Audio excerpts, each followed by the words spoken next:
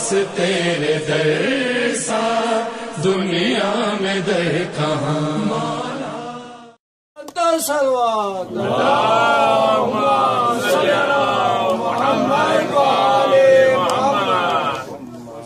اعوذ باللہ من الشیطان الرجیم بسم اللہ الرحمن الرحیم الحمد للہ رب العالمین والصلاة والسلام علی اشرف الانبیاء والمرسلین سیدنا و مولانا ابی القاسم محمد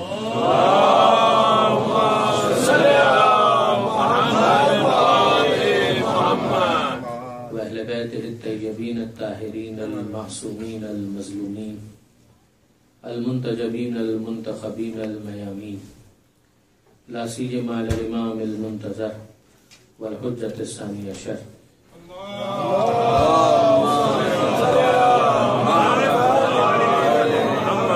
واللعنة الدائمة الباقية على أعدائهم أجمعين من يوم ظلمهم إلى قيام يوم الدين اللهم إنا نرغب إليك في دولة كريمة تعز بها الإسلام وأهله وتذل بها النفاق وأهله وتجعلنا فيها من الدعاة إلى طاعتك والقادة إلى سبيلك وترزقنا بها كرامة الدنيا والآخرة رب اشرح لي صدري ويسر لي أمري واحلل عقدة من لساني يفقهوا قولي واجعلني خالصا لوجهك الكريم يا الله صلوات على محمد وعلى اللهم صل على محمد وعلى محمد أما بعد فقد قال الله سبحانه وتعالى في القرآن الحكيم بسم الله الرحمن الرحيم هو الذي بعث في الأميين رسولا منهم يتلو عليهم آياته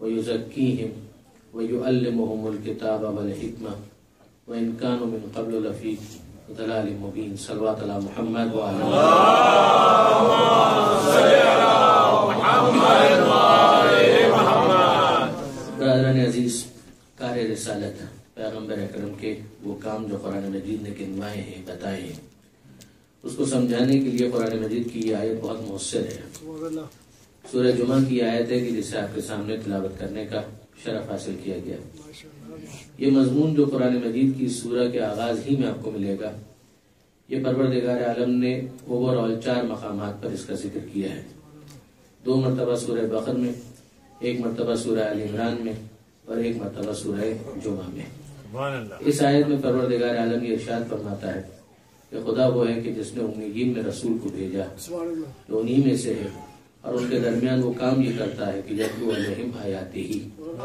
آیتوں کی تلاوت کرتا ہے وَيُزَكِّيهِمْ وہ ان کے نفسوں کو پاک کرتا ہے وَيُعَلِّمُهُمُ الْكِتَابَ وَالْحِكْمَةَ وہ انہیں کتاب کی تعلیم دیتا ہے اور وہ انہیں حکمت کی تعلیم دیتا ہے میں نے آپ سے عرض کیا کہ پروردگار عالم نے سورہ بقرہ کے اندر بھی اس بات کو بیان کیا ہے وہ پہلا موقع کہ جہاں پر پروردگار عالم نے موجودہ ترتیب کے مطابق یعنی اگر آپ ترتیب کے اعتبار سے دیکھیں تو قرآن مجید کے حوالے سے یہ تو ہمارے جوانوں کو یقیناً معلوم ہوگا کہ ایک ترتیب تلاوت ہے اور ایک ترتیب نزول ہے ترتیب نزول کا مطلب یہ ہے کہ جس سیکوینس سے قرآن ریویل ہوا پروردگار عالم نے نازل کیا اور ترتیب تلاوت کا مطلب یہ ہے کہ جب آپ مصحف یا قرآن کھولتے ہیں تو پہلا سورہ آپ کے سامنے آتا ہے پھر دوسرا سورہ آتا ہے وہ تیسرا سورہ آتا ہے تو ضروری نہیں ہے کہ ترتیب تلاوت میں جو سورہ آپ کو پہلے نظر آئے وہ ترتیب نزول میں بھی پہلے ہو یہ کوئی ضروری نہیں ہے لہٰذا ہم دیکھتے ہیں کہ پہلی آیت جو پروردگار عالم نے نازل کی اقرا بسم ربک الذی خلق کہ پڑھیے اپنے رب کے نام سے کہ جس نے پیدا کیا یہ آیت ہم کو کہاں ملتی ہے سورہ علق میں اور وہ 30ویں پارے کے اندر ہے یعنی آخری پارے کے اندر وہ پہلی آیت ملتی ہے کہ جو پروردگار عالم نے نازل فرمائی اور اگر آپ سورہ بقرہ کو دیکھیں تو وہ مدنی سورہ ہے اور مدنی سورہ کا مطلب ہی یہ ہے کہ وہ ہجرت کے بعد پیغمبر اکرم پر نازل ہوا یہ بھی ایک مسکنسیپشن ہے جو ذہن کے اندر آ گیا ہے کہ اگر کسی سورے کو کہا جائے کہ وہ مکی سورہ ہے تو اس کا مطلب یہ سمجھا جاتا ہے کہ وہ سورہ مکے میں نازل ہوا رانگ اگر یہ کہا جاتا ہے کہ یہ سورہ مدنی سورہ ہے تو ذہن میں یہ آتا ہے کہ یہ سورہ مدینے میں نازل ہوا ہوگا اگین رانگ کوئی ضروری نہیں ہے کہ اگر مدنی سورہ ہے تو وہ مدینے میں نازل ہوا ہوگا اور مکی سورہ ہے تو وہ مکے میں نازل ہوا ہوگا یہ کوئی ضروری نہیں پھر معیار کیا ہے معیار ہے ہجرت پیغمبر اکرم کی ہجرت، جو کچھ ہجرت سے پہلے نازل ہوا چاہے کہیں پر بھی نازل ہوا وہ مکی ہے، اور جو کچھ بھی پیغمبر اکرم پر ہجرت کے بعد نازل ہوا چاہے وہ کہیں پر بھی نازل ہوا وہ مدنی ہے۔ یعنی اس میں پریشان مت ہوئیے، یہ بالکل متفق علیہ ہے، یہ کوئی شیعہ سنی اختلاف بھی نہیں ہے اس کے اندر، اس کے اوپر بالکل ایک ایگریڈ اپون مسئلہ ہے، مگر ذہنوں کے اندر یہ مسکنسیپشن ہے کہ اگر مکی صورت آ جائے اس کا مطلب یہ ہے کہ پیغمبر اکرم پر حتماً یہ مکے میں نازل ہوا ہے۔ جی نہیں، ہاں ظاہر ہے کہ پیغمبر اکرم نے ہجرت سے پہلے زیادہ تر وقت مکے میں گزارا ہے، ہجرت کے بعد ایک بڑا وقت مدینے میں گزارا ہے، یہ درست ہے، لیکن یہ نہیں ہے کہ سب کچھ پیغمبر اکرم پر مدینے ہی میں نازل ہوتا تھا ہجرت کے بعد، اور سب کچھ پیغمبر اکرم پر مکے ہی میں نازل ہوتا تھا ہجرت سے پہلے۔ ہجرت سے پہلے پیغمبر اکرم نے طائف کا سفر بھی کیا ہے، اور ہجرت کے بعد تو پھر بہت سے سفر کیے ہیں پیغمبر اکرم نے۔ پیغمبر اکرم بدر کے لیے جب نکلے ہیں تو بدر مدینے میں شامل نہیں ہے، احد کے لیے نکلے ہیں، احد مدینے میں شامل نہیں ہے، مدینے سے باہر ہے۔ اسی طرح سے خیبر، یہ مدینے سے باہر، خندق جسٹ مدینے کے قریب ہے، اتنا باہر نہیں ہے احد کی طرح سے، وہ جس طرح سے احد بھی باہر ہے مگر بہت دور نہیں ہے، مگر بہرحال مدینے سے باہر۔ اسی طرح خیبر، خندق، خیبر تو ٹھیک ٹھاک فاصلے پر ہے۔ پھر اس کے بعد صلح حدیبیہ کے موقع پر پیغمبر اکرم جب تشریف لائے تو مکے سے بہت قریب ہو گئے، حدیبیہ جو ہے وہ مدینے سے فاصلے پر ہے، مکے سے قریب ہے، لیکن اگر اس موقع پر کوئی آیت نازل ہوتی ہے تو اس کو مدنی ہی شمار کیا جائے گا، پھر اس کو مکی نہیں کہا جائے گا۔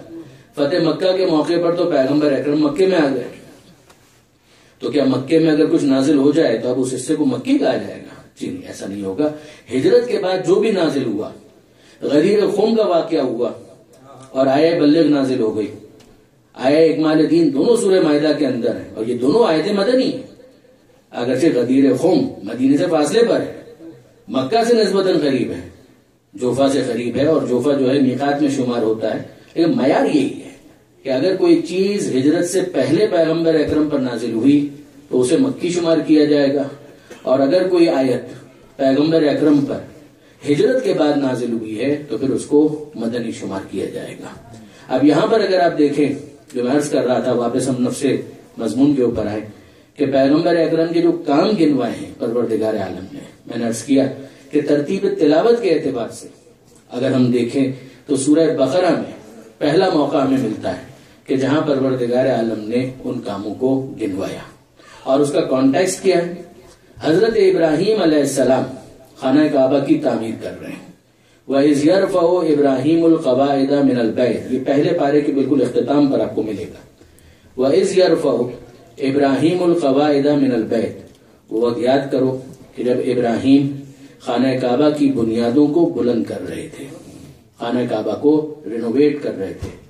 ابھی اعلان ہو رہا تھا تو میں سوچ رہا تھا، جیسے کہ اس آیت پر ہمیں گفتگو تو کرنی تھی، کہ فلاں ہال کے اندر آخری جو مجلسیں ہوں گی 9 محرم کی اور اس سے پہلے والی 2 مجلسیں وہ فلاں ہال میں ہوں گی، تو میں سوچ رہا تھا کہ پروردگار عالم نے چاہا تو ایک وقت آئے گا کہ آپ کا اپنا سینٹر اتنا بڑا ہوگا کہ آپ کو کسی اور ہال میں جانے کی ضرورت نہیں پڑے گی۔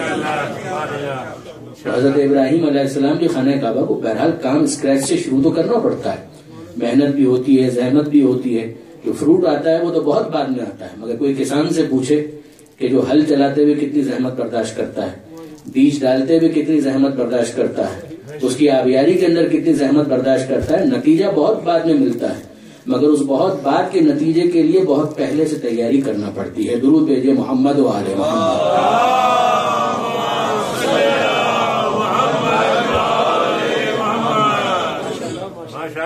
وَإِذْ يَرْفَعُ إِبْرَاهِيمُ الْقَوَاعِدَ مِنَ الْبَيْتِ، تو پروردگار فرماتا ہے کہ وہ وقت یاد کرو کہ جب ابراہیم خانہ کعبہ کی بنیادوں کو بلند کر رہے تھے، یعنی خانہ کعبہ پہلے بھی تھا مگر اس موقع پر خانہ کعبہ بطور مکان موجود نہیں تھا، اس کی بنیادیں تھیں، ورنہ حضرت آدم علیہ السلام کے زمانے سے خانہ کعبہ کا وجود ہمیں ملتا ہے۔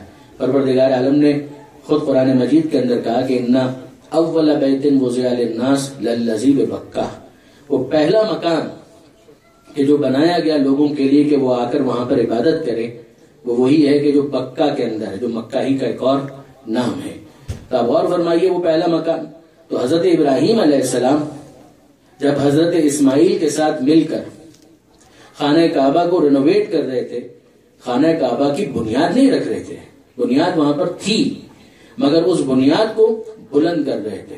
یہاں پر اگر آپ اجازت دیں تو میں ایک جملہ یہ عرض کرنا چاہوں گا کہ وہاں پر خانہ کعبہ کی بنیاد تھی، اسی جگہ پر خانہ کعبہ کو بننا ہے واپس سے، تو اس کا مطلب یہ ہے کہ کچھ عرصے کے لیے خانہ کعبہ پردہ غیبت میں چلا گیا تھا. تو جو پردہ غیبت میں چلا جاتا ہے اس کا انکار نہیں کیا جاتا، اس کے ظہور کا انتظار کیا جاتا. حضرت ابراہیم علیہ السلام نے مناسب موقع پر اس پردہ غیبت کو چاک کر کے خانہ کعبہ کو پھر واپس عالم ظہور میں آنے کا موقع فراہم کیا، اور اسماعیل علیہ السلام جو ہیں وہ ساتھ ساتھ ان کی ہیلپ بھی کر رہے ہیں، تعمیر کر رہے ہیں، اسسٹ کر رہے ہیں کہ خانہ کعبہ کو بلند کیا جائے. اچھا یہ دیکھیے، خود ابراہیم علیہ السلام جب اسماعیل علیہ السلام کی مدد لے رہے ہیں، اس کا مطلب یہ کہ اسماعیل علیہ السلام اب اتنے بڑے ہو چکے ہیں کہ جہاں وہ مدد کر سکے. جب اسماعیل علیہ السلام اور جناب ہاجرہ کو چھوڑ کر جا رہے تھے مکے کی سرزمین پر، اس موقع پر حضرت ابراہیم علیہ السلام نے کیا دعا مانگی تھی؟ یہ دعا مانگی تھی کہ اے پروردگار، انی اسکنتو من ذریتی، کہ میں اپنی ذریت کو چھوڑ کر جا رہا ہوں، بے وادن، ایک وادی میں، ایسی وادی غیر ذی زرع، کہ جہاں پر گھاس نہیں ہے، جہاں پر سبزہ نہیں ہے، جہاں پر کوئی پودا درخت اگانے کا امکان نہیں ہے، مگر میں کہاں پر چھوڑ کر جا رہا ہوں؟ عند بیتک المحرم، تیرے گھر کے پاس چھوڑ کر جا رہا ہوں. گھر وہاں پر دکھ نہیں رہا، مگر نہ دکھے، حضرت ابراہیم علیہ السلام جانتے ہیں کہ جگہ وہی ہے کہ جہاں پر بعد میں پھر سے اسے تعمیر کیا جائے. عند بیتک المحرم، اے پروردگار تیرے محترم گھر کے پاس میں چھوڑ کر جا رہا ہوں. پھر جناب ہاجرہ، جناب اسماعیل علیہ السلام دونوں وہاں پر رہے، اور خانہ کعبہ کی تو پوری تاریخ ہے. مگر پھر وہ وقت آیا کہ جناب ابراہیم علیہ السلام پھر سے پلٹ کر آئے، اسماعیل علیہ السلام بڑے ہو چکے ہیں، اور پھر دونوں مل کر خانہ کعبہ کو رینوویٹ کرتے ہیں. اذ یرفع ابراہیم القواعد من البیت و اسماعیل، اور اس موقع پر انہوں نے یہ دعا مانگی کہ رب بنا، اے ہمارے رب، اے ہمارے پالنے والے، تقبل منا، ہم سے اس کو قبول فرما. سب سے اہم چیز تو قبولیت ہی ہے. انک انت السمیع العلیم، یقیناً تو سننے والا ہے، یقیناً تو جاننے والا ہے. اب دیکھیے برادران عزیز، یہ ابراہیم اور اسماعیل دونوں مل کر خانہ کعبہ کو تعمیر تو کر رہے ہیں. تعمیر کرنے کے پیچھے بھی جو تفصیلات ہیں، کچھ قرآن نے بیان کی، کچھ تاریخ میں آئی، قصص الانبیاء میں بیان کیا گیا، احادیث کے اندر اس کو ایکسپلین کیا گیا. ایک بہت محترم پتھر ہے، ایک تو حجر اسود ہے، ایک اور بہت محترم پتھر ہے کہ جس کا نام ہے مقام ابراہیم. پروردگار عالم نے قرآن مجید کے اندر اس کا بھی باقاعدہ ذکر کیا. مقام ابراہیم وہ پتھر کہ جس پر ابراہیم علیہ السلام کے قدموں کے نشان ہیں.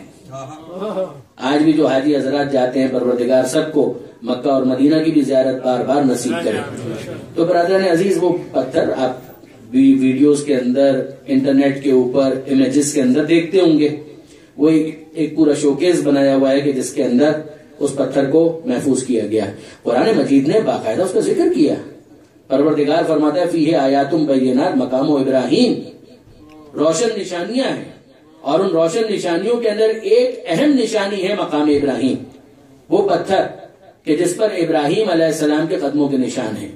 بیک گراؤنڈ کیا ہے؟ ابراہیم علیہ السلام اس پتھر کو کیسے یوز کرتے تھے؟ اب آپ تاریخ میں دیکھیے، قرآن نے تو اتنا بتایا، مگر آپ تاریخ کو دیکھیے اٹھا کر. متفق علیہ کہ پیغمبر ابراہیم علیہ السلام جب خانہ کعبہ کو تعمیر کرنا چاہ رہے تھے تو قد آدم کے برابر، یعنی ایک ہیومن ہائٹ کے برابر جتنا دیوار کو بلند کر سکتے تھے انہوں نے کر دیا. اب مزید بلند کرنا ہے تو کیا کریں؟ اس موقع پر اس پتھر کو یوز کیا گیا. حضرت ابراہیم علیہ السلام اس پر کھڑے ہوئے. ان اللہ علی کل شیء قدیر، اللہ ہر چیز پر قدرت رکھتا ہے. تو حضرت ابراہیم علیہ السلام اس پتھر پر کھڑے ہوئے، اور اب یہ پتھر جسٹ لائک لفٹ ویسا کام کر رہا تھا کہ جیسے لفٹ سے کام لیا جاتا ہے. ابراہیم علیہ السلام اسماعیل علیہ السلام سے اینٹیں لیتے جاتے تھے، اس کو رکھتے جاتے تھے، چنتے جاتے تھے. یہ پتھر اکارڈنگلی ایز پر ریکوائرمنٹ بلند ہوتا جاتا تھا. حضرت ابراہیم علیہ السلام جتنا بلند کرنا چاہ رہے تھے انہوں نے بلند کیا، جتنا بلند کرنا چاہ رہے تھے انہوں نے بلند کیا.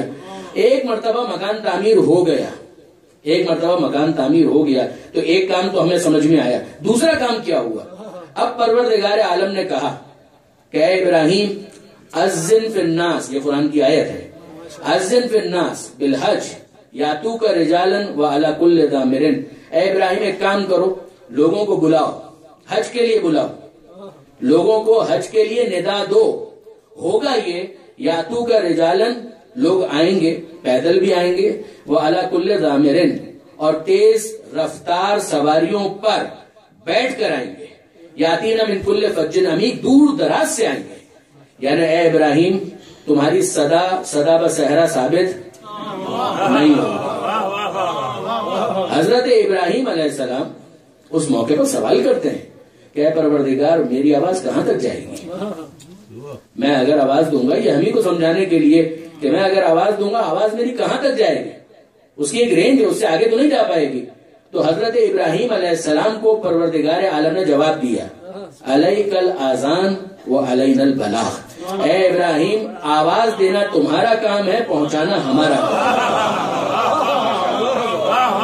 تم آواز دینے کے مکلف ہو، تم اس بات کے رسپانسبل ہو کہ تم آواز دو، اب اس کے بعد وہ آواز کہاں تک جاتی ہے اسے ہم پر چھوڑ دو کہ ہم اس آواز کو کہاں تک لے جاتے ہیں، تم بے فکر ہو، تم نے اپنا جاب کر لیا، تم نے اپنا کام مکمل کر لیا، جاب ڈن، تم آواز دو۔ اور اب اس کے بعد حضرت ابراہیم علیہ السلام اس پتھر پر کھڑے ہوئے اور یہ پتھر بلند ہوا، اتنا بلند ہوا کہ حضرت ابراہیم علیہ السلام کے سامنے گویا پوری دنیا بالکل واضح ہے۔ جیسے آپ ہوائی جہاز کے اوپر بیٹھتے ہیں، زمین کے اوپر ہیں تو سب چیزیں ایک الگ انداز سے نظر آتی ہیں، مگر آپ بلندی پر جائیں تو لگتا ہے کہ سب چیزیں سمٹ کر آنکھوں کے سامنے آ رہی ہیں۔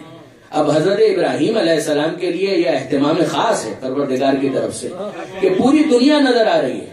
اب بعض باتیں ایسی ہیں برادران عزیز میں کیا اس کی تشریح کروں، لیکن ہے کہ ابراہیم علیہ السلام نے اس موقع پر اب اعلان کیا ہلموا الی الحج، ہلموا الی الحج، ہلموا الی الحج، اے لوگوں آؤ حج کی طرف، آؤ حج کے لیے، آؤ حج کے لیے۔ اور آپ دیکھ لیجئے جا کر کہ وہاں یہ لکھا ہوا آپ کو ملے گا تاریخ مکہ کے اندر اور دیگر کتابوں کے اندر کہ حضرت ابراہیم علیہ السلام کی یہ آواز پروردگار عالم نے اس موقع پر روئے ارض پر جتنے افراد موجود تھے آن دا فیس آف ارتھ ان سب تک پہنچائی کہ ابراہیم حج کے لیے بلا رہے ہیں، ان سب کے کانوں تک پروردگار نے وہ آواز پہنچائی۔ وہ کون؟ جو سارے کے سارے آن دا فیس آف ارتھ اس وقت الائیو موجود تھے؟ جواب جی نہیں۔ معاملہ صرف یہاں تک نہیں رہا، آواز ان تک بھی گئی، اس کے علاوہ جو رحم مادر میں in the womb of mother اس وقت بننے کے مرحلے میں تھے ان تک بھی گئی، صلب پدر کے اندر جو تھے ان تک بھی وہ آواز گئی۔ اور اب اس کے بعد یہ لکھنے والوں نے لکھا کہ قیامت تک جتنے افراد حج پر آ رہے ہیں یہ وہی ہیں کہ جنہوں نے اس موقع پر ابراہیم کی صدا پر لبیک کہا تھا۔ یہ سب کے سب وہ ہیں میدان قیامت تک، یعنی قیامت سے پہلے تک جتنے افراد حج کریں گے یہ وہی ہیں کہ جنہوں نے اس وقت لبیک کہا تھا۔ اب آپ مجھے اجازت دیجئے، علامہ ذیشان حیدر جوادی کا بہت خوبصورت نقطہ ہے جس کی بات ہو اسی کے حوالے سے بیان کرنی چاہیے۔ انہوں نے بہت پیارا جملہ لکھا کہ یہ بھی عجیب معاملہ ہے کہ اگر کوئی سننے والا ہو تو رحم مادر میں نبی کی آواز سن لیتا ہے، صلب پدر میں نبی کی آواز سن لیتا ہے، اور اگر نہ سننے والا ہو تو بیچ احد کے میدان میں نبی پکارتا رہتا ہے، بھاگنے والا بھاگتا رہتا ہے۔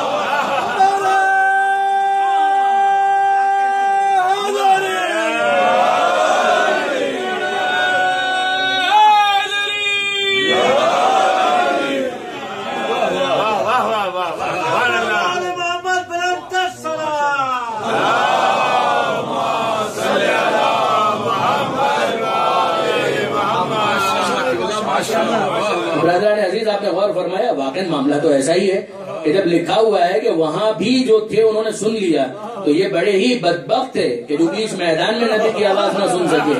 اچھا آپ برادران عزیز واپس آئیے اور ذرا غور کیجیے، ہم موضوع کو ڈسکنٹینیو نہیں کریں گے، اس کو آہستہ آہستہ آگے بڑھائیں گے کہ ذرا دیکھیے آپ غور فرمائیے اس بات کے اوپر کہ یہ جتنے حاجی ہیں، خود میں نے بھی اس سال بھی اور الحمدللہ تقریباً ہر سال ہی حج کا یہ شرف حاصل ہوتا ہے، بہت بڑی سعادت ہے، مگر سب کے سب کیا کہتے ہیں؟ سب کے سب کہتے ہیں لبیک اللہم لبیک. ترجمہ کیا ہے؟ حاضر ہوں اے اللہ میں حاضر ہوں. خدا کی قسم آواز تو ابراہیم نے دی تھی.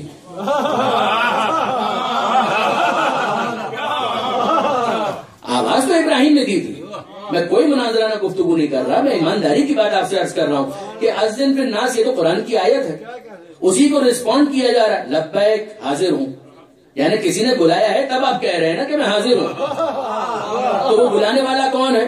کسی سے بھی پوچھئے تو وہ کہے گا اللہ نے بلایا ہے. تو میں کہہ رہا ہوں کہ اللہ میں حاضر ہوں, مگر آپ قرآن دیکھیے, اذن پروردگار تو ابراہیم سے کہہ رہا ہے, اے ابراہیم اے خلیل خدا تم پکارو, تم پکارو, جواب آئے گا لبیک اللہم لبیک. تو یہ سارے کے سارے کیا مشرک ہو گئے ہیں کہ ابراہیم کو خدا کہہ رہے ہیں؟ ہر ایک یہی جواب دے گا کہ جناب ہم مشرک نہیں ہوئے, ابراہیم نے خدا ہی کی طرف سے تو آواز دی تھی. جو خدا کی طرف سے آواز دے تو اسے خدا ہی کی آواز مانا جائے گا. اب وسیلے میں کون سے انکار کی گنجائش باقی رہے گا؟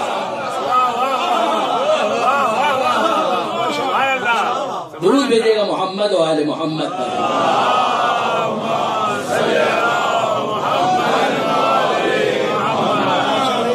اگر کسی کے ذہن میں یہ کلیئرٹی ہے کہ خدا خدا ہے, بے شک کیا شبہ, وہ وحدہ لا شریک ہے. ہم اذان میں اعلان کرتے ہیں, نمازوں میں اعلان کرتے ہیں, بے شک کسی کے ذہن میں یہ واضح ہے کہ وہ ہے اور یہ ان کے نمائندے ہیں, بس تو پھر اس کے بعد کوئی مسئلہ باقی نہیں رہتا. اور کون ایسا احمق ہوگا کہ جو کسی بھی بڑی اور محترم ہستی کو پروردگار کے ساتھ شریک قرار دے؟ کوئی ایسا نہیں.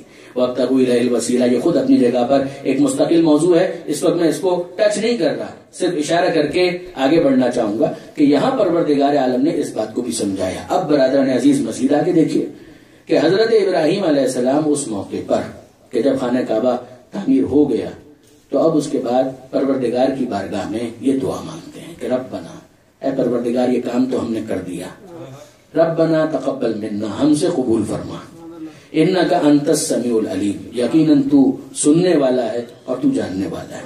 حضرت علامہ سید علی نقی نقن صاحب علیہ اللہ مقامہ, بہت بڑی شخصیت, انہوں نے اس کے اوپر ایک تبصرہ کیا جو کہ بہت ہی عمدہ اور حسین تبصرہ ہے کہ اگر آپ دیکھیں تو وہاں پر کہیں پر ہمیں قالا کیا لفظ نہیں ملتا.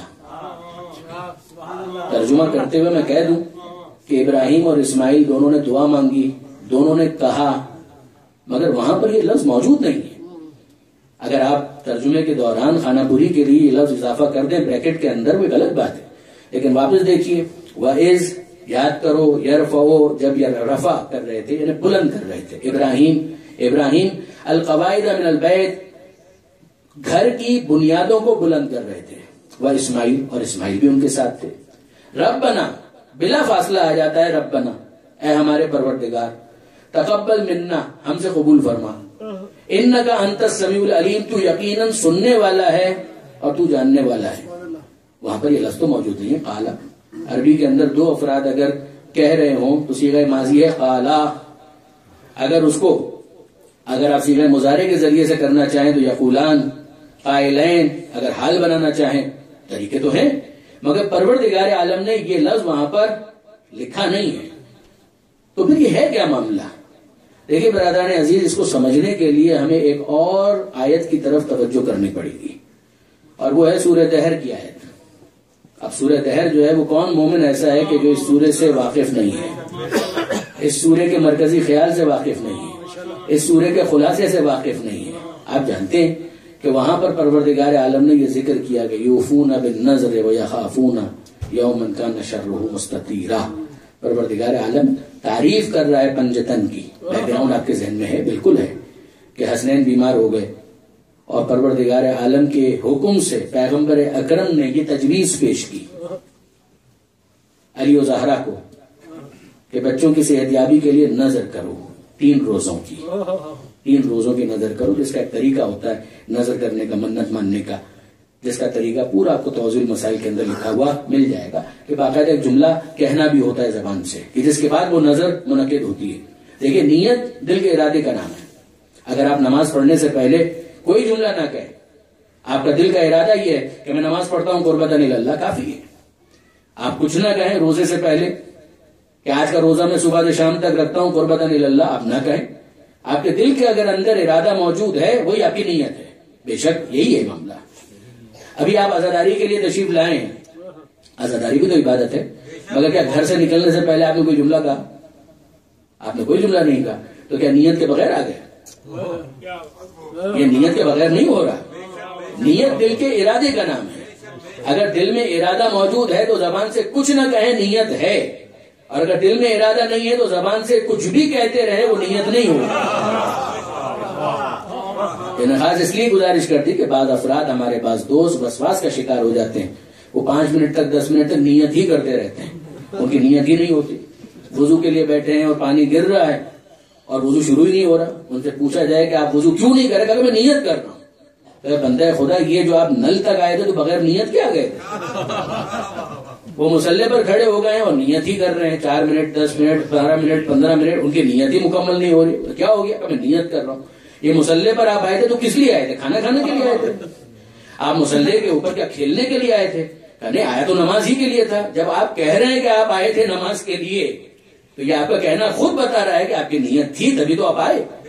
نیت دل کے ارادے کا نام ہے. لیکن جب آپ منت مانتے ہیں، جب آپ نظر کرتے ہیں، تو نظر کے لیے نیت کے ساتھ ساتھ ایک جملہ زبان سے کہنا بھی ضروری ہے. وہ خود اس نظر کو فارمل بناتا ہے، ورنہ وہ نظر انفارمل رہتی ہے.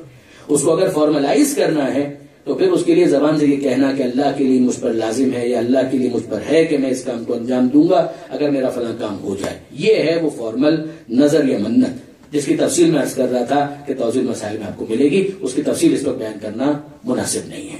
اب آئیے واپس اہل بیت کے گھرانے کے اندر یہ مسئلہ آ گیا. حسنین بیمار ہو گئے، اور جب بیمار ہوئے ہیں تو پیغمبر اکرم یہ تجویز پیش کر رہے ہیں علی و زہرا کے سامنے کہ بچوں کی صحت یابی کے لیے منت مانو، نظر کرو. نظر مانی. اور کیا نظر مانی؟ کہ اگر حسنین صحت مند ہو گئے، صحت یاب ہو گئے تو ہم 3 روزے رکھیں گے. اچھا برادران عزیز غور فرمائیے، یہ وہ ہیں کہ جن کے صدقے میں دنیا کو شفا ملتی ہے.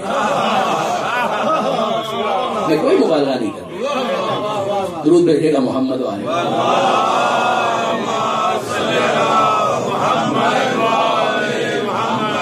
یہ وہ ہیں، واقعی یہ وہ ہیں کہ جن کے صدقے میں دنیا کو شفا ملتی ہے.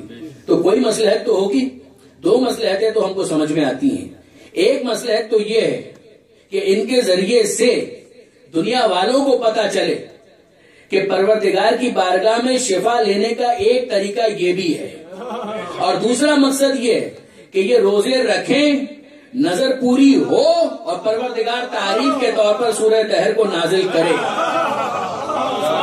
ورنہ سورہ دہر لوح محفوظ کے اندر محفوظ رہ جاتا، اس دنیا کے اندر نازل ہونے کا سبب نہ آتا. درود بھیجیے گا محمد و آل محمد.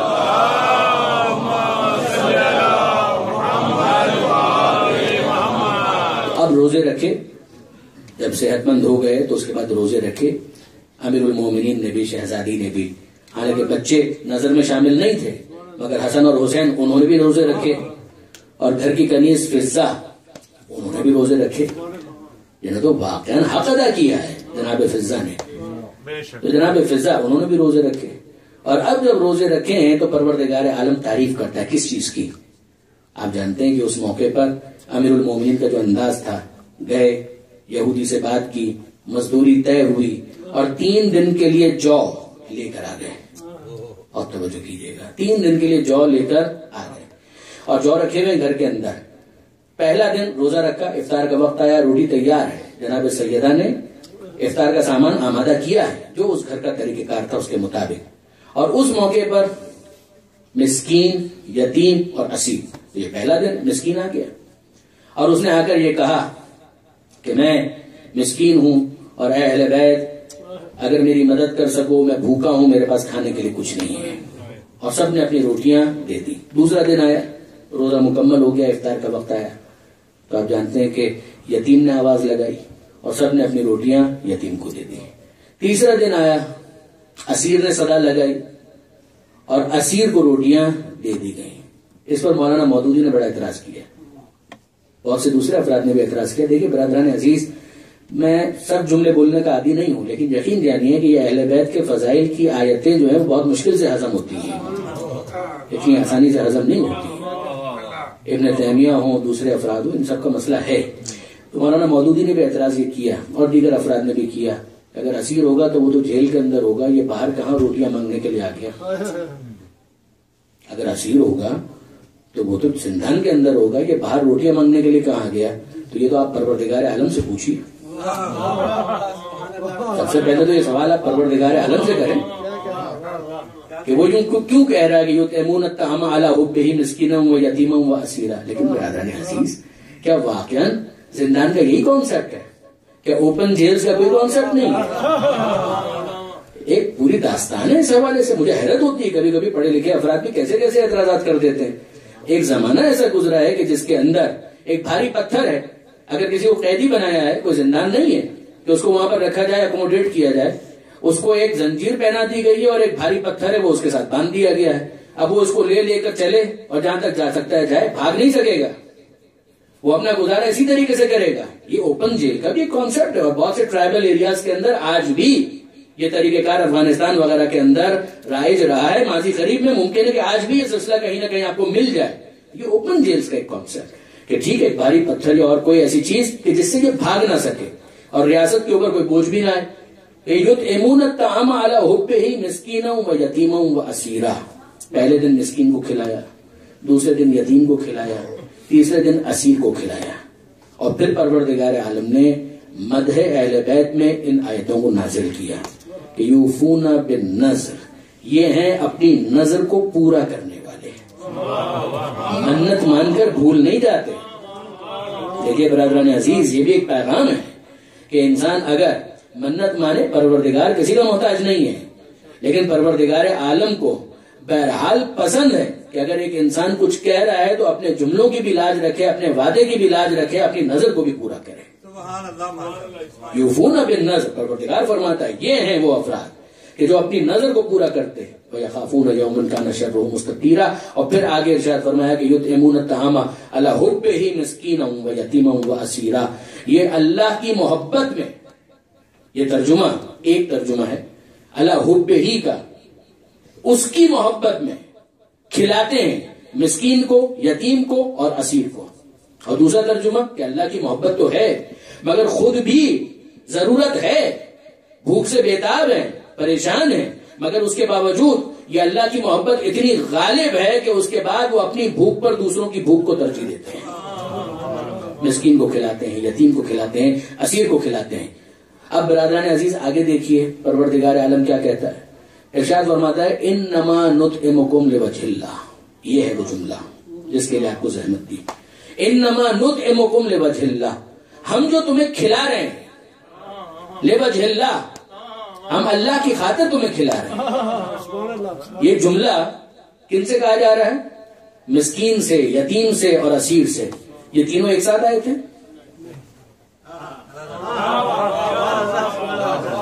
پہلے دن مسکین آیا ہے، دوسرے دن یتیم آیا ہے، تیسرے دن اسیر آیا ہے. تو تینوں ساتھ تو آئے نہیں ہیں.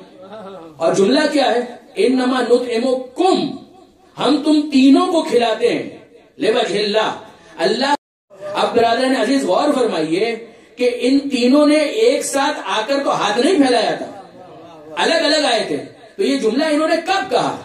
برادران عزیز انہوں نے اپنی زبان سے کہا نہیں، انہوں نے اپنی زبان سے کہا نہیں. اور یقین جانیے کہ جملہ جو ہے وہ اگر زبان سے کہیں تو وہ بلندی بھی نہیں ہے. تو پھر کیفیت کیا ہے کہ یہ دل کا وہ معاملہ ہے، دل کی وہ نیت ہے جو اتنی پاکیزہ ہے کہ جسے غیب کے آئینے میں پروردگار دیکھتا ہے اور اتنا پسند کرتا ہے کہ قرآن میں آیت بنا کر نازل کرتا ہے. خوشنودی محمد و آل محمد صلوات.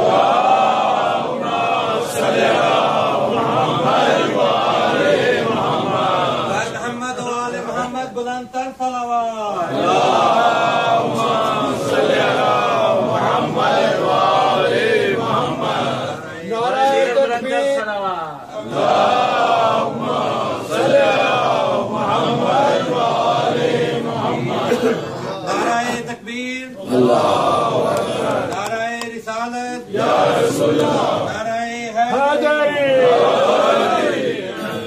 تو برادران عزیز میں عرض یہ کرنا چاہ رہا تھا کہ آپ غور فرمائیے کہ یہاں پر انما نطعمکم لوجہ اللہ، وہاں پر بھی کالا ہمیں نظر نہیں آ رہا. کہ انہوں نے یہ کہا یہ دل کی وہ پاکیزگی ہے کہ جو پروردگار کو اتنی پسند ہے کہ جسے پروردگار قرآن بنا کر نازل کر رہا ہے. یہی معاملہ وہاں پر ہے. مگر ذرا سے اس کو اور غور کر لیجیے کہ یہ جو میں نے ابھی آپ کی خدمت میں گزارش کی، نوجوان تو خاص طور پر مارک کر رہے ہوں گے اور ان کو مارک کرنا بھی چاہیے کہ جب جو تینوں دن کے موجود تھے تو پہلے دن جب روٹیاں دے دی تو باقی جو ہیں ان کو استعمال کیوں نہیں کیا گیا؟ یہ حضرت علامہ سید علی نقی ذاتی نقطہ رسی اور واقعاً بہت عمدہ ہے کہ جو تو موجود ہے. تو پھر جناب سیدہ معاذ اللہ وہ بی بی کہ جس نے اسلام کی خاطر پیٹ پر پتھر باندھے ہیں واپس سے آئیں کچن کے اندر یا باورچی خانے کے اندر اور مزید روٹیاں تیار کر لیں. لیکن نہیں، ہمیں نظر آتا ہے کہ ایسا تو نہیں ہوا. یہ معاملہ کیا ہے؟ کیا عام حالات کے اندر اس کی رعایت ضروری ہے؟ نہیں، عام حالات کے اندر ٹھیک ہے، اگر ایک انڈرسٹینڈنگ ہے تو درست ہے کہ ایک انسان ہے وہ جو لے کر آیا ہے اور ابھی مزدوری تو وہ اگلے دن کرے گا مگر جو کو پہلے کنزیوم کر لے. عام افراد یہ کر لیں، کوئی حرج نہیں ہے، مگر یہ گھرانہ عام افراد کا نہیں، یہ علی اور زہرا کا گھرانہ ہے. پہلے دن بھی جو سے روٹیاں اس وقت بنی تھی جب مزدوری مکمل ہو گئی، دوسرے دن بھی جو اس وقت استعمال ہوں گے جب مزدوری ہو جائے گی. جب تک مزدوری نہ ہو اگرچہ جو موجود ہے مگر یہ گھرانہ ان خوددار افراد کا ہے کہ جو سب کچھ ہو سکتا ہے، کام کرنے سے پہلے اس کو استعمال نہیں کر سکتے. درود بھیجیے محمد و آل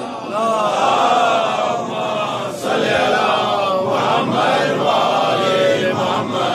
اور یہیں پر یہ بھی میں عرض کر دوں برادران عزیز کہ یہ جو پروردگار عالم نے کہا کہ ان کا یہ ارادہ کہ لا نرید منکم جزاء ولا شکورا، یہ دینے والے کا معاملہ ایسا ہی ہونا چاہیے کہ نہ وہ جزا کا طلبگار ہو نہ وہ شکریہ چاہے، مگر جس پر احسان کیا جائے اس کی ذمہ داری کچھ اور ہے.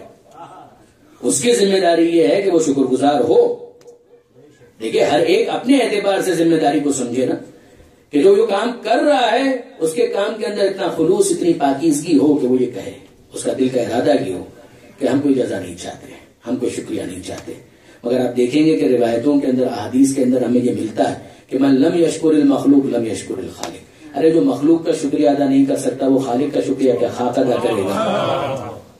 سبحان اللہ. مخلوق کا اگر اس نے تم پر احسان کیا، اس نے تمہارے سیمسٹر کی فیس دے دی، اگر تمہارے گھر میں فاقے تھے اس نے غذا کا اہتمام کر دیا یا کسی اور طرح سے تمہاری مدد کی ہے، تو تمہیں احسان شناس ہونا چاہیے، شکر گزار ہونا چاہیے. اس کی پاکیزگی اسی میں ہے کہ نہ وہ جزا کا طلبگار ہو نہ وہ شکریہ کا طالب ہو، مگر جس کے اوپر احسان کیا جائے. اب یہیں پر ذرا دیکھیے امیر المومنین حضرت علی بن ابی طالب علیہ السلام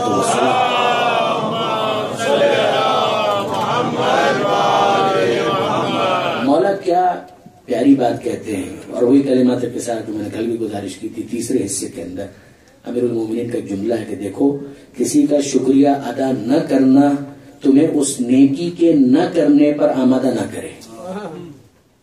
کہ بھائی میں اتنا کام کرتا ہوں وہ تو شکریہ ادا نہیں کرتا. سوشل ورک کے لیے عام طور پر کہا جاتا ہے تھینک لیس جاب ہے، سننا پڑتا ہے، شکریہ کوئی ادا نہیں کرتا. ہم نے اتنی محنت کی، اتنا کام کیا، اتنا سب کچھ کیا، کوئی شکریہ بھی نہیں کہتا. ارے شکریہ تو نہیں کہتا، الٹا گالیاں دیتے ہیں. امیر المومنین فرماتے ہیں کام کس کے لیے کیا تھا؟ اس کی ذمہ داری تھی کہ وہ شکریہ ادا کرے، مگر تم نے کام کس کے لیے کیا تھا؟ مولا کہتے ہیں کسی کا شکریہ ادا نہ کرنا تمہیں اس نیکی سے دستبردار نہ کروا دے کہ تم یہ کہو یہ رہا تو کوئی شکریہ بھی ادا نہیں کرتا، لہذا کیا اس کام کو انجام دینا. امیر المومنین فرماتے ہیں کبھی تمہارے کام کا شکریہ وہ ادا کرتا ہے کہ جس کو تم سے کوئی غرض بھی نہیں ہوتی. کبھی تمہارا شکریہ وہ ادا کرتا ہے. اچھا یہاں پر ذرا دیکھیے پروردگار عالم خود یہ کہہ رہا ہے. آگے جا کر سورہ طحر کے اندر پروردگار عالم نے یہ ارشاد فرمایا ان ھذا کان لکم جزاء وکان سعیکم مشکورا. جنت کی نعمتوں کا ذکر کیا اور پھر اس کے بعد پروردگار عالم نے کہا کہ ان کے ظرف کی بلندی یہی ہے کہ ان کے دل میں یہ خیال ہو، آل محمد کے دل میں، کہ ہم نہ تم سے جزا چاہتے ہیں نہ تم سے شکریہ کے طلبگار ہیں. اے یتیم، اے مسکین، اے اسیر، ہم نے تمہیں کھلایا اللہ کی خاطر. ہم تم سے نہ جزا چاہتے ہیں نہ شکریہ چاہتے ہیں. جنت کی نعمتیں گنوائیں اور پھر اس کے بعد پروردگار عالم نے فرمایا ان ھذا کان لکم جزاء، اے آل محمد یہ ہے تمہاری جزا. وہ یتیم اور مسکین اور اسیر وہ تمہیں کیا جزا دیتے؟ ان کے پاس دینے کے لیے کیا ہے، لیکن یہ پروردگار ہے جو تم سے وعدہ کرتا ہے. لیکن برادران عزیز، عربی کی بلاغت اسی میں ہے کہ پروردگار عالم نے جزاءً بھی جب کہا ہے تو اس میں تنوین تقلیل کے لیے ہے کہ جزا تو ہے مگر پوری جزا نہیں ہو سکی. جنت کی نعمتیں چھوٹی پڑ گئی اس کام کے مقابلے میں جو آل محمد نے کیا ہے، لہذا پروردگار عالم نے گویا کمپنسیٹ کیا اور یہ کہا کہ یہ جزا تو ہے مگر تھوڑی سی جزا ہے، مگر تمہاری یہ جو کاوش اور یہ تمہارا کام ہے، کوئی اور تمہارا کیا شکریہ ادا کرے گا، خود پروردگار تمہارا شکر گزار ہے، تمہارا قدردان ہے.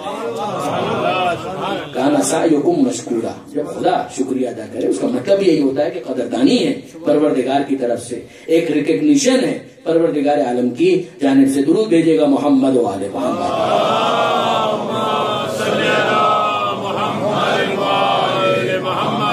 برادران عزیز، اگر اس پورے چیپٹر کو ہم نے سمجھ لیا تو وہاں پر جناب ابراہیم علیہ السلام کی اس دعا کو سمجھنا بھی نسبتاً آسان ہو جاتا ہے کہ یہ حضرت ابراہیم علیہ السلام کی گویا دل کی صدا ہے، یہ دل کی آواز ہے. ممکن ہے کہ الفاظ میں بھی انہوں نے کبھی کہا ہو، مگر یہ دل کی آواز کہ حضرت ابراہیم علیہ السلام کیا چاہتے ہیں. ربنا تقبل منا انک انت السمیع العلیم، کہ پروردگار تو ہم سے اس کو قبول فرما. انک انت السمیع العلیم، تو سننے والا بھی ہے اور تو جاننے والا بھی ہے.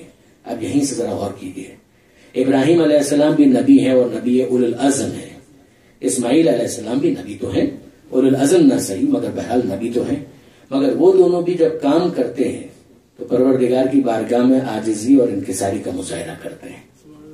معصوم ہے، نہ خطا کا کوئی امکان ہے نہ گناہ کا کوئی امکان ہے، مگر اس کے باوجود آپ پاکیزگی دیکھیے کہ ربنا، اے پروردگار ہم نے اپنی سے کوشش کی مگر شایان شان جو تیری شان ہے اس کے مطابق کہاں ہم سے کام ہو سکتا ہے، بس تو قبول فرما. تقبل منا انک انت السمیع العلیم، یقیناً تو سننے والا ہے، یقیناً تو جاننے والا ہے. یہاں پر کیا ہمیں سمجھ میں آتا ہے کہ انسان جتنا بھی کام کرے اس کام کو تھوڑا سمجھے، چھوٹا سمجھے، کیونکہ جو شان پروردگار ہے، جو شان معصوم ہے، اس کے مطابق ہم کچھ نہیں کر سکتے. یہ ان کا بڑا پن ہے کہ وہ قبول کر لیں.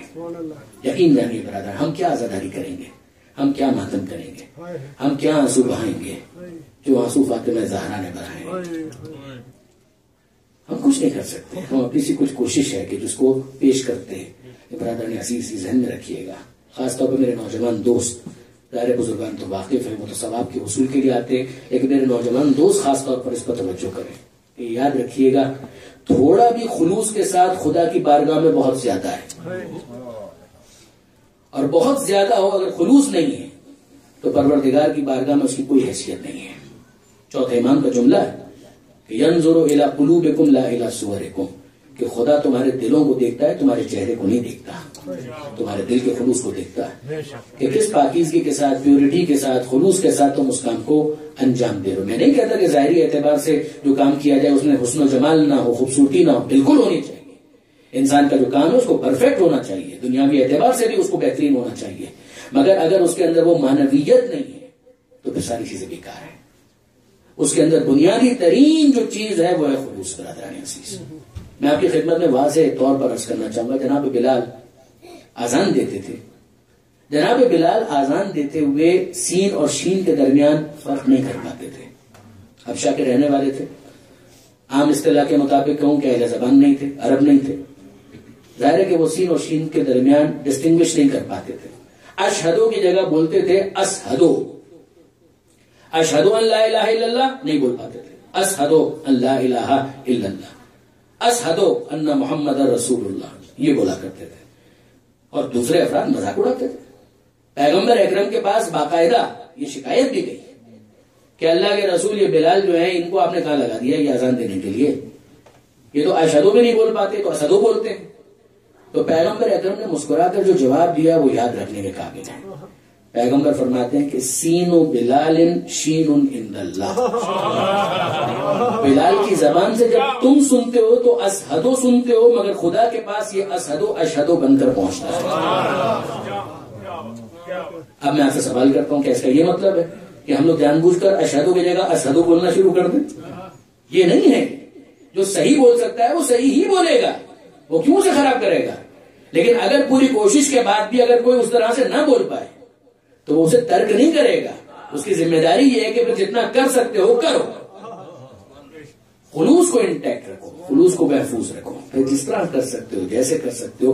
ینظر الی قلوبکم کا مطلب یہی ہے کہ خدا تمہارے دل کو دیکھتا ہے کہ تم نے اپنی سی کوشش کی، اب اگر تم نہیں بول پا رہے کوئی بات۔ کتنے ہی ایسے افراد ہیں برادران عزیز، نوحہ پڑھنے کی خواہش رکھتے ہیں، نوحہ پڑھنے کی کوشش کرتے ہیں، اس طرح سے نہیں پڑھ پاتے جس طرح سے آفاق صاحب پڑھتے ہیں، اس طرح سے تو بہت کم افراد پڑھ پائیں گے، لیکن کیا ان کو ہم ڈسکریج کر دیں؟ ایک ڈسپلن ہوگا، ظاہر اس کے مطابق چند افراد جو ہے وہ پڑھیں گے یہاں پر، اور وہی مینج ہو رہا ہے ماشاءاللہ، کتنا اچھا یہاں پردیش کے اندر کراچی کی یاد آ جاتی ہے، ایسا لگتا ہے کہ جیسے وطن ہی کے اندر عزاداری ہو رہی ہے۔ لیکن برادران عزیز، اب بنیادی بات کیا ہے، محسوس بالکل مت کیجیے گا، جو آئے محنت کر کے آئے، وہ اپنی سی پوری کوشش کرے، اس محنت کے اندر کمی نہیں ہونی چاہیے۔ اگر یہ طے ہوا ہے فلاں صاحب آئیں گے اور سلام پڑھیں گے، کیا اچھی بات ہے، بہت عمدہ، موقع ملا ہے، بہترین کوشش کیجیے، اور پھر اس کے بعد اگر کوئی کمی رہ جائے تو کوئی مسئلہ نہیں، زہرا قبول کریں گے، بی بی قبول کریں گے انشاءاللہ، بے شک قبول کریں گے، لیکن اپنی کوشش کے اندر کمی نہیں آنی چاہیے، اور اس خلوص کی حفاظت کریں جس کے لیے پیغمبر اکرم ختمی مرتبت احمد مجتبی محمد مصطفیٰ صلی اللہ علیہ وسلم، پیغمبر اکرم یہ فرماتے کہ من اخلص للہ 40 یوما، کہ جس نے 40 دنوں کے لیے، 40 سالوں کے لیے نہیں، 40 مہینوں کے لیے نہیں، 40 ہفتوں کے لیے بھی نہیں، 40 دنوں کے لیے، من اخلص للہ 40 یوما، اگر کسی نے 40 دنوں کے لیے اپنے آپ کو خالص کر لیا اللہ کی خاطر، تو ہوگا کیا، جر اللہ ینابی الحکمہ من قلبہ الی لسانہ، اللہ اسے تحفہ یہ دے گا کہ حکمت، وزڈم کے چشمے اس کے دل سے اس کی زبان پر جاری کر دے گا۔ نہیں برادران عزیز، ذرا غور کیجیے، یہ آخری منزل ہے، پھر اس کے بعد ہمیں مصائب کی طرف جانا ہے۔ یہ نہیں کہا پیغمبر اکرم نے خلق اللہ، جس نے 40 دن کے لیے اپنے آپ کو خالص کر لیا، اللہ اس کے دل میں حکمت کے چشموں کو پیدا کر دے گا، یہ نہیں کہا۔ جملہ یہ، لفظ یہ کہ جر اللہ، جاری کر دے گا، ینابی الحکمہ، حکمت کے چشموں کو اس کے دل سے اس کی زبان پر، من قلبہ الی لسانہ، جاری کس کو کیا جاتا ہے؟ جو پہلے سے موجود ہو۔ ایک ہے کہ وہاں پر اس کو پیدا کیا جائے، پیدا نہیں کیا جا رہا، وہ ہے موجود مگر اس کے اوپر پردہ پڑا ہوا ہے۔ اگر ایک انسان 40 دن کے لیے اپنے آپ کو خدا کے لیے خالص کر لے تو تحفہ یہ ملے گا کہ وہ پردہ ہٹ جائے گا اور حکمت کا چشمہ ظاہر ہو کر زبان سے لوگوں کے سامنے نمایاں ہو جائے گا۔ اب میں آپ سے پوچھنا چاہتا ہوں کہ اگر پردہ ہو تو اس پردے کے پیچھے جو ہے اسی کو غیبت میں کہتے ہیں۔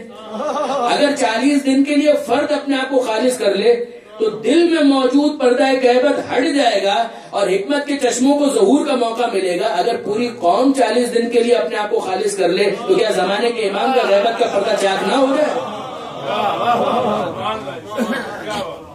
یہ خلوص بہت اہم ہے برادران عزیز، کہ ہم یہ کام کیوں کر رہے ہیں، یہ عبادت ہے۔ عبادت کا مطلب ہی یہ ہے کہ وہ قربتاً اللہ، معصوم نے جس طرح سے بتایا، معصوم کی خوشنودی کی خاطر، من یطیع الرسول فقد اطاع اللہ، اگر کسی نے اللہ کے رسول کی اطاعت کی اس نے گویا خدا کی اطاعت کی۔ اگر شہزادی کے لیے کوئی کام کر رہا ہے گویا خدا کے لیے وہ کام کر رہا ہے، پیغمبر اکرم کے لیے کام کر رہا ہے۔ شہزادی ہی کی تو دعا تھی جس کی وجہ سے آپ اور ہم سب یہاں پر موجود ہیں، خاص طور پر جو غیر سادات ہیں۔ سادات کا تو بہرحال یہ گھر کا معاملہ ہے، لیکن جو غیر سادات ہیں ان کے لیے اگر میں کہوں خاص طور پر، یہ تو جناب سیدہ کی دعاؤں کا اثر ہے۔ ورنہ کون سی چیز ہے کہ جو انسان کو اپنے گھر کے آرام کو چھوڑ کر فرش عطا پر آنے کے لیے آمادہ کرتی ہے؟ یہ نام حسین کے اندر کیا کشش ہے جو پروردگار عالم نے رکھی ہے؟ معصوم کا جملہ ہے کہ ان للحسین حرارۃ فی قلوب المؤمنین لن تبرد ابدا، نام حسین میں وہ حرارت ہے کہ جو مومن کے دل کو گرمائے رکھتی ہے اور کوئی چیز اسے ٹھنڈا نہیں کر سکتی۔ لن تبرد، لن کا مطلب ہے نیور، یہ ہو ہی نہیں سکتا کبھی۔ اگر کوئی مومن ہے اور وہ اپنے ایمان کو چیک کرنا چاہتا ہے تو اپنے دل سے سوال کرے، نام حسین کے ساتھ کوئی حرارت اس کے دل میں موجود ہے؟ اگر ہے تو وہ مومن ہے، ورنہ اس کا ایمان سے کیا تعلق ہے؟ جو حسین ہی نہیں ہو سکتا وہ مومن بھی نہیں ہو سکتا۔ بس برادران عزیز، میں نے آپ کو بہت زحمت دی اور تھوڑا وقت میں نے زیادہ بھی شاید آج لے لیا، لیکن آئیے آج حسین کی اس مصیبت کا ذکر کریں کہ اگر کوئی غور کرے تو شاید عاشور کی مصیبت سے کم نہیں ہے۔ مدینہ سے سفر، وہ شہر کے جہاں پر آپ اس وقت پردیس میں ہیں، اس بات کو زیادہ محسوس کر سکتے ہیں. اپنے وطن سے دور رہنا کتنا مشکل ہے. ابھی آفاق صاحب کا تو پورا سلام ہی اس بات پر تھا کہ کتنا مشکل ہے، واقعا کتنا مشکل ہے. اپنے اجداد کی سرزمین کو چھوڑنا، وہ جگہ چھوڑنا کہ جہاں پر اجداد کی قبریں موجود ہیں، یہ کتنا مشکل ہے. اور کوئی پوچھے حسین کے دل سے کہ مدینہ منورہ میں کیسی کیسی یادیں ہیں جو حسین سے وابستہ ہیں، اہل بیت سے وابستہ ہیں. محلہ بنی ہاشم، مدینہ منورہ کے اندر پیغمبر اکرم کے روز و شب، پیغمبر اکرم کے کاندھوں پر سواری، پیغمبر اکرم کی پشت پر سواری.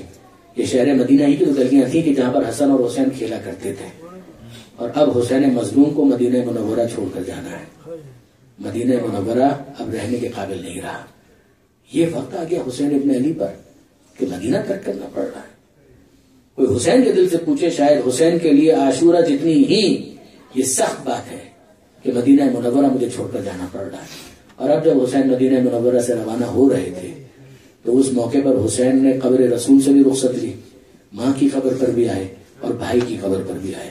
یہ ارباب مقاتل نے دیکھا ہے کہ جب پیغمبر اکرم کی قبر پر آئے تو اس موقع پر حسین قدم جما جما کر چل رہے تھے.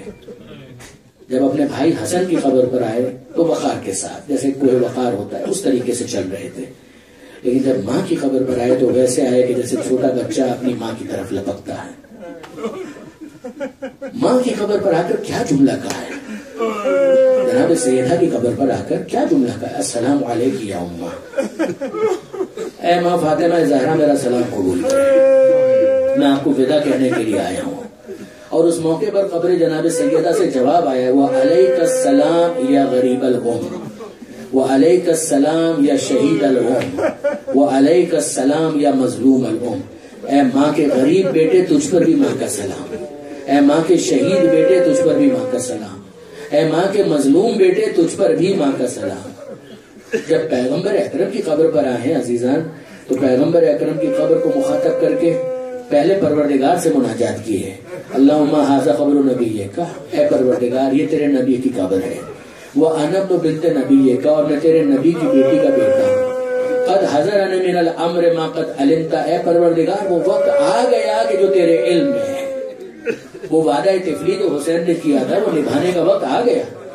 اے پروردگار میں جا رہا ہوں، مگر اپنے جد کو مخاطب کر کے کہا، یا جدہ خذنی الیک، اے میرے جد، اے محمد مصطفیٰ، نانا مجھے اپنے پاس اپنی قبر میں بلا لیجیے، اب یہ وقت آ گیا ہے کہ مدینہ مجھے چھوڑ کر جانا پڑ رہا. پیغمبر اکرم نے کس طرح سے خواب میں آ کر تسلی دی، مگر وہ وقت کب آیا. برادران عزیز، عجیب ہے جملے مختل کے کہ پیغمبر اکرم کی قبر سے رخصت ہوئے اور پھر تھوڑی دیر کے بعد واپس آ گئے، پھر رخصت ہوئے اور پھر تھوڑی دیر کے بعد واپس آ گئے. 3 سے 4 مرتبہ تکرار کی ہے حسین ابن علی نے. زیارت کرتے ہیں، باہر نکلتے ہیں اور پھر واپس آ جاتے ہیں. یہ کیا ہو رہا ہے عزیزان؟ آپ کے ذہن میں ہے، آپ میں سے کتنے ہی افراد کربلا کی زیارت کر چکے ہوں گے، مگر ہوتا کیا ہے جب ہم آخری زیارت، الوداعی زیارت کر کے نکلتے ہیں تو اس وقت دل کی کیا کیفیت ہوتی ہے. باہر نکل رہے ہوتے ہیں اور پلٹ پلٹ کر دیکھ رہے ہوتے ہیں، ایک مرتبہ اور زری نظر آ جائے، ایک مرتبہ اور حسین کا روزہ نظر آ جائے. جو کیفیت ظاہر کی ہوتی ہے وہی کیفیت پیغمبر اکرم کی زری سے رخصت ہوتے ہوئے، قبر پیغمبر سے رخصت ہوتے ہوئے حسین مظلوم کی تھی. حسین رخصت ہو رہے تھے اور بار بار پلٹ کر آتے تھے، اور آخر میں یہ کیا حسین مظلوم نے کہ اپنے آپ کو اپنے نانا کی قبر پر گرا دیا، رخسار رکھا قبر پیغمبر پر اور آنکھ لگ گئی، حسین کی آنکھ لگ گئی. یہ کتنا بے جوڑ جملہ ہے، کتنا بے جوڑ جملہ ہے. کہاں وہ کیفیت اور یہ آنکھ لگ گئی. علامہ سید علی نقی فرماتے ہیں کہ محسوس یہ ہوتا ہے کہ نفسیات کے بدلنے سے اثر بدلتا ہے. حسین نے جیسے ہی اپنا رخسار رکھا ہے قبر رسول کے اوپر، حسین کو کچھ یاد آ گیا. قبر رسول کے ذریعے سے رسول کا سینہ یاد آ گیا کہ یہ میرے نانا کا سینہ تھا کہ جس پر سر رکھ کر میں سویا کرتا تھا. جیسے ہی نانا کا سینہ یاد آیا اور ویسے ہی حسین کی آنکھ لگ گئی. بس عزیزوں، یہ خاندان اہل بیت میں سینے پر سونے کی رسم بہت آگے تک گئی. وہ رسول کا سینہ کہ جس پر حسین سویا کرتے تھے، اور وہ حسین کا سینہ سینا کہ جس پر سکینہ سویا کرتی تھی، اور اسی سینے کی تلاش میں سکینہ مقتل میں بھی آ گئی تھی. اور جناب زینب نے جب بیدار کیا تھا اور ایک جملہ کہا تھا، علامہ رشید ترابی کہا کرتے تھے کہ سکینہ کو بیدار کر کے کہا، اے بیٹی سکینہ اس طرح کوئی جنگل میں نہیں سویا کرتا. سکینہ اپنی معصومیت میں کہتی ہے مگر پھوپھی اماں میرے بابا بھی تو یہیں پر سو رہے ہیں، جس طرح سے میرے بابا جنگل میں سو رہے ہیں، میں اپنے بابا کو تنہا چھوڑ کر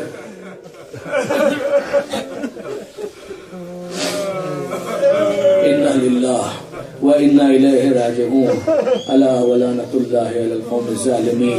ماتم حسین.